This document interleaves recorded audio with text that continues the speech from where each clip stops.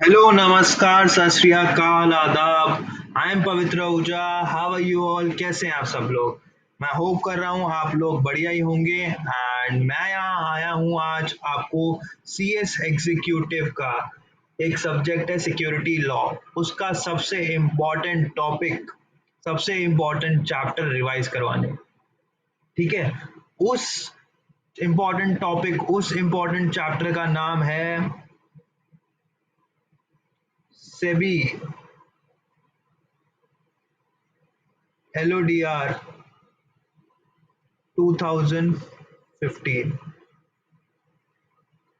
Sir ये जो topic है ये सीएस एग्जीक्यूटिव में तो है ही है, बट ये CS professional corporate funding and listing के पेपर में भी है। एंड ये आपके सीएस करियर का भी बहुत इंपॉर्टेंट टॉपिक है एंड सीएस ट्रेनिंग में भी ये आपका काम आएगा। So let's start. ठीक है जी। अब स्टार्ट करने से पहले एक जनरल रूल बता दूं मैं आपको क्लास का, कि जो भी मैं स्क्रीन पे लिखवाऊंगा सर, ये आपको साथ साथ नोट करते रहना है। एंड मैं होप कर रहा हूँ आप ये साथ साथ नोट करते भी रहेंगे। So let's start the SEBI LODR revision series. तो LODR का फुल फॉर्म क्या होता है सर? LODR का फुल फॉर्म है listing obligation and disclosure requirement. अब सेबी LODR 2015 में हमने क्या क्या पढ़ना है? इसमें सर टोटल मेरे यारों 103 रेगुलेशंस हैं,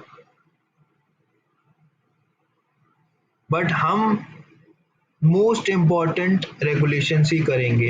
हम सारी रेगुलेशन नहीं कवर कर सकते, हम मोस्ट इम्पॉर्टेंट रेगुलेशन करेंगे जो एग्जाम्स के पॉइंट ऑफ व्यू से मोस्ट इम्पॉर्टेंट है और उसी में से पेपर आता है। तो वो रेगुलेशंस है 1 to 48। ठीक है जी। अब हम आपको रोड मैप बताएंगे सेबी LODR एप्लीकेबल कैसे होता है, एप्लीकेबिलिटी ऑफ सेबी LODR। ठीक है जी।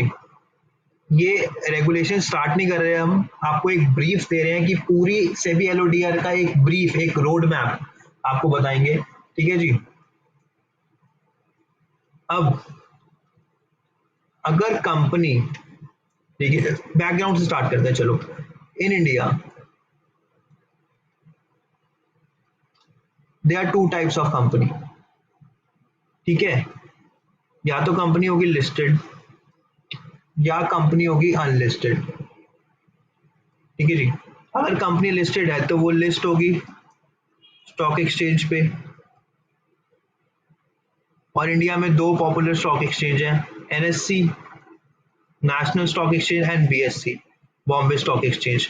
या तो कंपनी लिस्ट होगी NSE पे, या कंपनी लिस्ट होगी BSE पे, या कंपनी लिस्ट होगी दोनों पे, एज द केस में भी।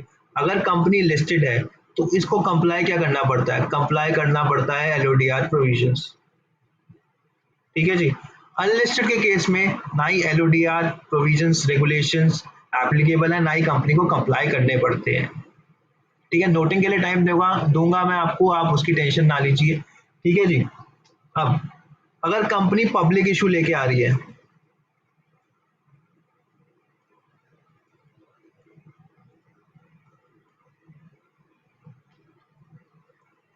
तो at the time of making the issue,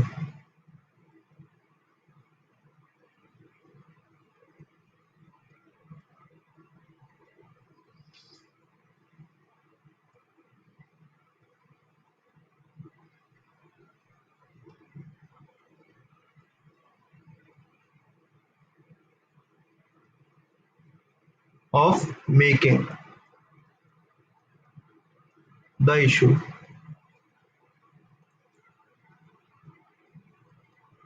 company को क्या कंप्लाई करना पड़ता है? Company has to comply with ICDR 2018। And after making the issue, जब इशू आ जाता है तो कंपनी को क्या कंप्लाई करना पड़ता है? LODR 2015। आई होप इतना आपको पता होगा। ठीक है जी। अब आईसीडीआर का फुल फॉर्म बता दूं आपको एक बार। आईसीडीआर का फुल फॉर्म है issue of capital and disclosure requirement. Fine.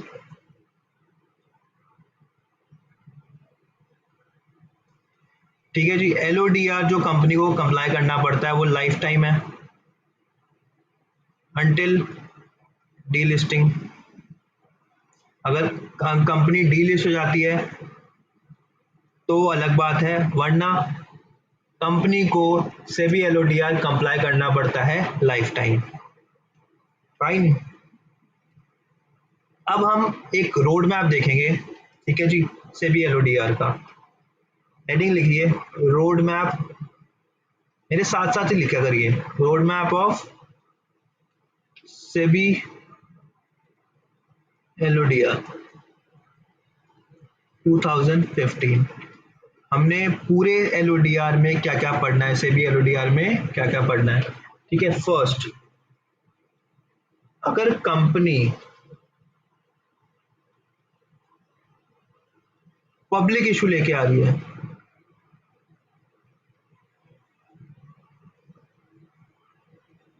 Equity share का,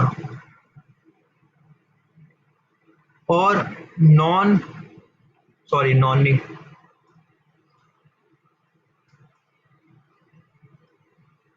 और कन्वर्टेबल सिक्योरिटीज का,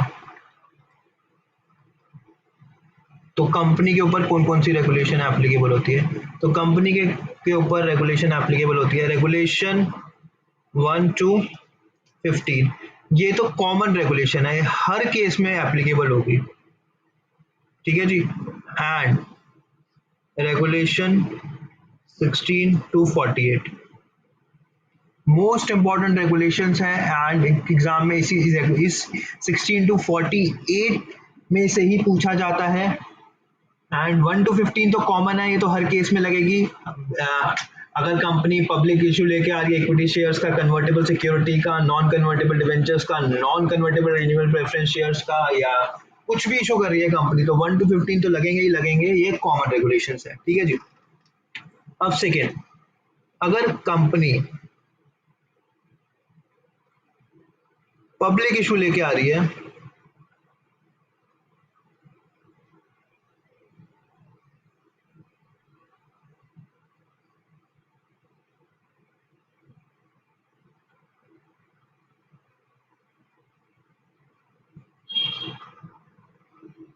नॉन कन्वर्टेबल डिबेंचर्स का, नॉन कन्वर्टेबल डेब्ट सिक्योरिटीज का, तो उस केस में कंपनी के ऊपर रेगुलेशन कौन कौन सी लगेगी।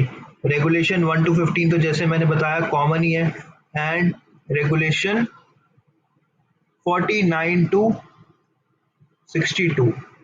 ठीक है, ये रेगुलेशंस हैं जो कंपनी के ऊपर लगती है। इसके साथ साथ, ठीक है जी,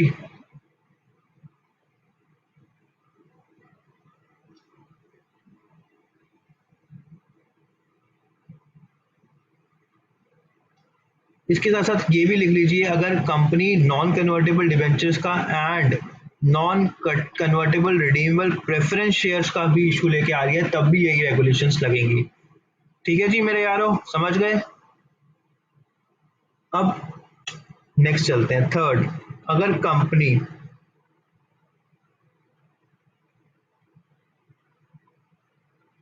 पब्लिक इशू लेके आ रही है,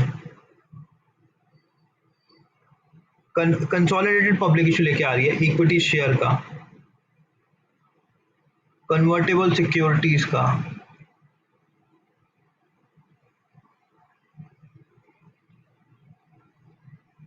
नॉन कन्वर्टेबल डेब्ट सिक्योरिटीज का, non convertible redeemable preference share का, तो इस केस में रेगुलेशंस कंपनी के ऊपर लगेगी 1 to 62। ठीक है, कंसोलिडेटेड रेगुलेशन जहां तक हमने पढ़ा है सारी रेगुलेशन लगेगी, बट दो रेगुलेशन और लगेगी इसके साथ। अगर कंपनी लेके आ रही है किस किस का issue, equity share, convertible security, non convertible debentures का, डेब्ट सिक्योरिटीज का, non convertible redeemable preference shares का, कंसोलिडेटेड पब्लिक इशू लेके आ रही है तो रेगुलेशन 1 to 62 तो लगेगी, साथ में रेगुलेशन 63 एंड 64 भी लगेगी। चलिए अब हम बात करते हैं आगे। ठीक है, अगर कंपनी लेके आ रही है, ये सिर्फ हम एक रोड मैप देख रहे हैं कंपनी का, सेबी एलओडीआर का, कि कैसे कैसे रेगुलेशन जो सेबी एलओडीआर की लगती है कंपनीज पे। ठीक है जी, अगर कंपनी लेके आ रही है पब्लिक इशू,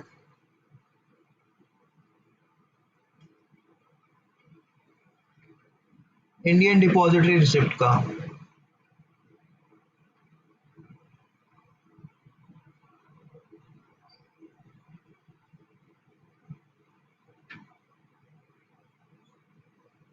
तो कंपनी पे कौन कौन सी रेगुलेशन लगेंगी? रेगुलेशन 1 to 15 तो कॉमन है जी, एंड रेगुलेशन 65 to 80 ये रेगुलेशंस लगेंगी अगर कंपनी इशू कर रही है। ठीक है, पब्लिक इशू लेके आ रही है इसका, इंडियन डिपॉजिटरी रिसिप्ट का। ठीक है जी, चलिए ये सारा कुछ मैं नोट करने का आपको टाइम दूंगा, कोई टेंशन ना लीजिए। अब फिफ्थ केस, अगर कंपनी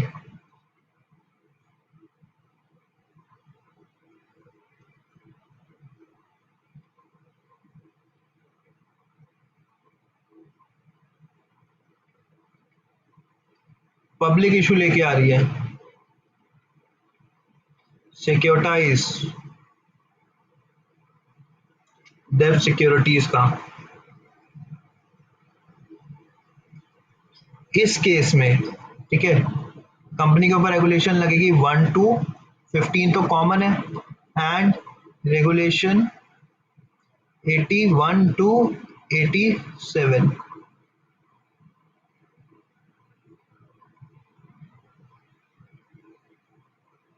अब अगर कंपनी पब्लिक इशू लेके आ रही है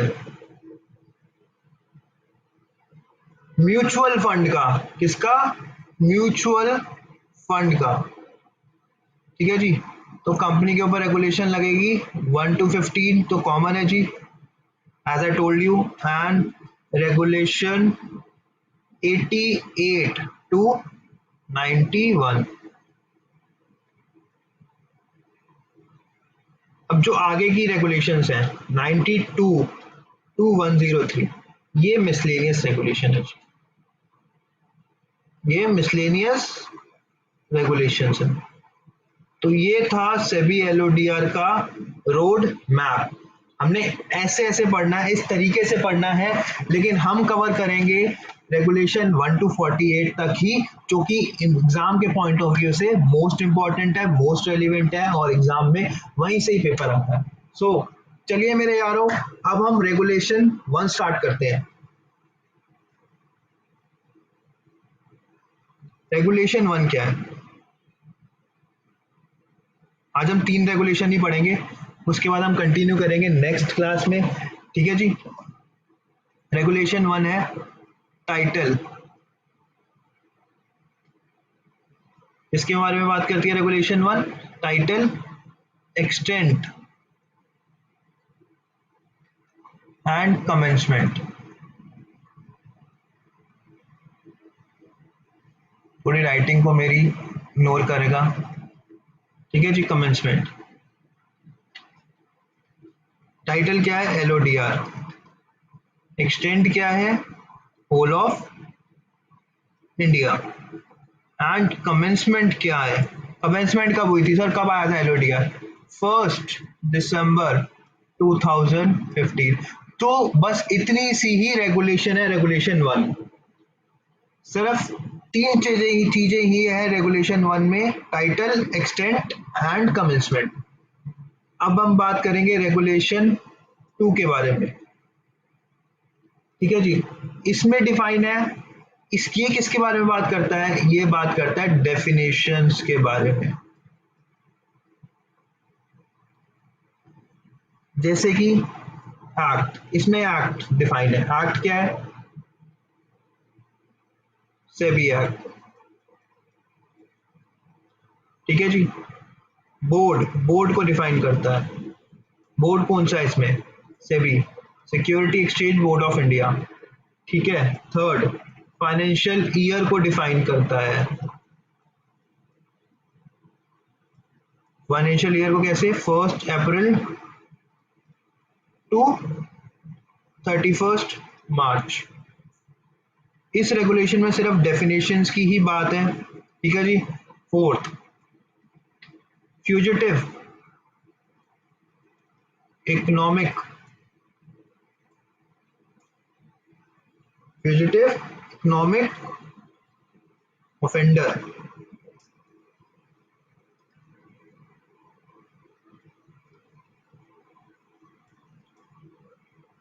ऑफेंडर, इसको डिफाइन करता है। ये कौन होता है? भगोड़ा। जैसे कि विजय माल्या, जो देश का पैसा लेके भाग गया आउट ऑफ इंडिया, गया आउट ऑफ इंडिया। ठीक है। ये होता है फ्यूजिटिव इकोनॉमिक ऑफेंडर, जिसने लोन लिया और वो रीपे करे बिना पैसा लेके भाग गया। परफेक्ट एग्जांपल है विजय माल्या। ठीक है जी। अब इसमें एक और है, एक और चीज डिफाइन करी गई है, विलफुल डिफॉल्टर। विलफुल डिफॉल्टर कौन होता है? जिसने पैसा तो लिया, लोन लिया एंड लोन रिपे भी नहीं कर रहा है। ठीक है। No loan repayment. ठीक है जी। बट वो भागा नहीं देश छोड़ के, वो भागा नहीं। ठीक है जी। वो इंडिया में ही है। जिसने पैसा लिया, लोन रिपे नहीं करा, लेकिन वो भागा नहीं देश छोड़ के, वो इंडिया में ही है। इसके बारे में बात करता है रेगुलेशन, डेफिनेशंस के बारे में बात करता है रेगुलेशन 2। अब हम बात करेंगे रेगुलेशन 3। रेगुलेशन थ्री किसके बारे में बात करती है? रेगुलेशन 3 बात करती है एप्लीकेबिलिटी ऑफ LODR। ठीक है जी। LODR, एप्लीकेबिलिटी ऑफ LODR में वही रोड मैप है जो मैंने आपको समझाया था कि कैसे कैसे है। ये पूरा रोड मैप है। सो अभी तक हमने क्या क्या पढ़ा? अभी तक हमने रेगुलेशन 1 पढ़ी, रेगुलेशन 2 पढ़ी, रेगुलेशन 3 पढ़ी। रेगुलेशन 1 किसके बारे में बात करती है? रेगुलेशन 1 बात करती है जी मेरे यारो टाइटल, एक्सटेंट एंड कमेंसमेंट के बारे में। टाइटल क्या है? LODR। एक्सटेंट क्या है? Whole of India. And commencement कब हुआ था? 1 दिसंबर 2015। सेकेंड रेगुलेशन किसके बारे में बात करती है? डेफिनेशन के बारे में। जैसे कि एक्ट, एक्ट क्या है? सेबी एक्ट। ठीक है। बोर्ड क्या है? बोर्ड को डिफाइन करती है। बोर्ड क्या है? Security exchange board of India. ठीक है। फाइनेंशियल ईयर को डिफाइन करती है, जैसे कि 1 April to 31 March. Fugitive economic offender के बारे में बात करती है। वो कौन होता है? भगोड़ा, जिसने पैसे लिए, लोन लिया, लोन लिए रीपे करे बिना देश छोड़ के भाग गया। Perfect example Vijay Mallya. ठीक है जी। उसके बाद विलफुल डिफॉल्टर, जिसने पैसे लिए, लोन लिया, लोन रिपे नहीं कर रहा एंड बट वो देश छोड़ के नहीं भागा, देश के अंदर ही है। तो हमने अभी तक ये सब पढ़ा है एंड बाकी की रेगुलेशन हम कंटिन्यू करेंगे नेक्स्ट क्लास में। टिल देन अपना ख्याल रखिए, अपने माता पिता का ख्याल रखिए और देखते रहिए ICSI live update page. And hopefully फिर मिलते हैं जल्दी ही। See you soon, bye bye, Tata.